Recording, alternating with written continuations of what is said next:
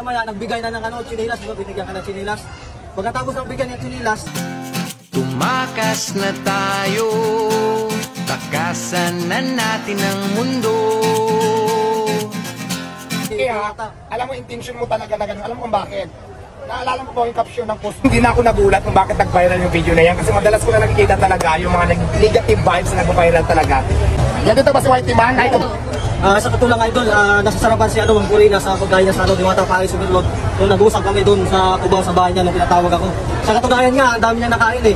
Yung sabaw, ang dami niya nahigo, pati yung mga laman. Sabi nga niya, crispy. Yung bulaklak at saka yung baboy, yung kawali. Diba sabi ko naman sa'yo, nasarapan si Mang Purina. At sabi pa ni Mang Purina, parang mas pina-improve ba daw ni Diwata yung kanyang Paris, napakasarap daw. Naku, lalo na siguro ngayon pag natikman ni Mang Purina yung mga bagong menu ko, yung Diwata Paris Classic, Diwata Paris Yun, yung dito sa Quezon City, kasi mas in-improve ko talaga lalong pinasarap. So, sa susunod, upload ka ng diretsong video, hindi yung very short lang. Kaya ipaliwanag ko lang din yung side ko, syempre, meron din tayong sarili kwento eh. Bali ang nangyari kasi noon, pagdating ko doon sa Parisalia, doon Diwata, late na. Bali ang natatnan ko doon yung interview ni Mang Purina at saka ni Diwata, nag-uusap sila na kumakain ng kunti. Tapos maya-maya, nagbigay na ng chinilas, binigyan ka ng chinilas. Pagkatapos ng bigyan ng chinilas, parang nagpaalam na si Mang Purina ni Diwata. Alam mo, intention mo talaga na gano'n. Alam mo kung bakit?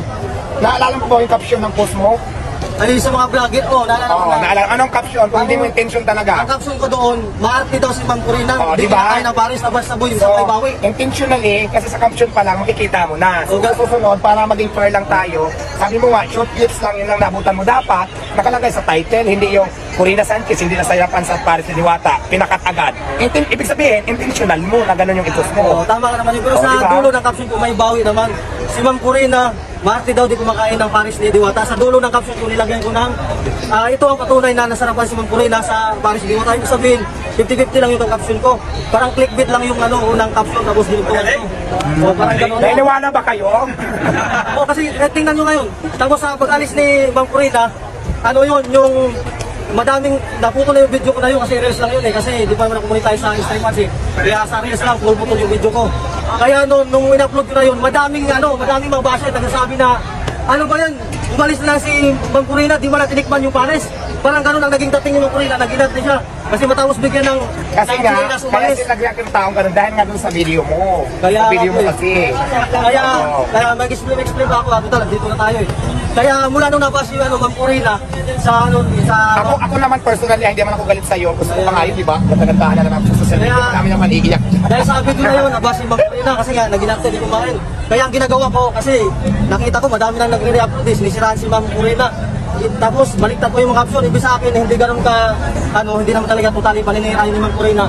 Yung iba mga vlogger, yung mga anti-Diwata at saka anti-Purina, yun yung nagsisira ng mga caption sa pag-react. Kaya nga, sa susunod niya ito, listen and learn. Sa susunod, ang advice ko lang sa'yo, bago ka mag-upload ng isang video, dapat alam mo muna yung pwedeng mangyari. Diba? Hindi lang dahil sa mga personal interest natin na gusto natin for the views, isipin mo muna kung mayroon ba taong maapektuhan, mayroon ba taong, diba, yung ano bang pwedeng mangyari pag itong ginawa ko dun sa taong i-upload ko. Ganun kasi ang nangyari sa susunod, listen and learn to, pag nag-upload ka sa susunod, i-review mo muna, ano bang pwedeng mangyari pag ito ang nilabas natin. For sure naman, alam mo yan, content creator kayo, na ganun ang kahinatnan eh.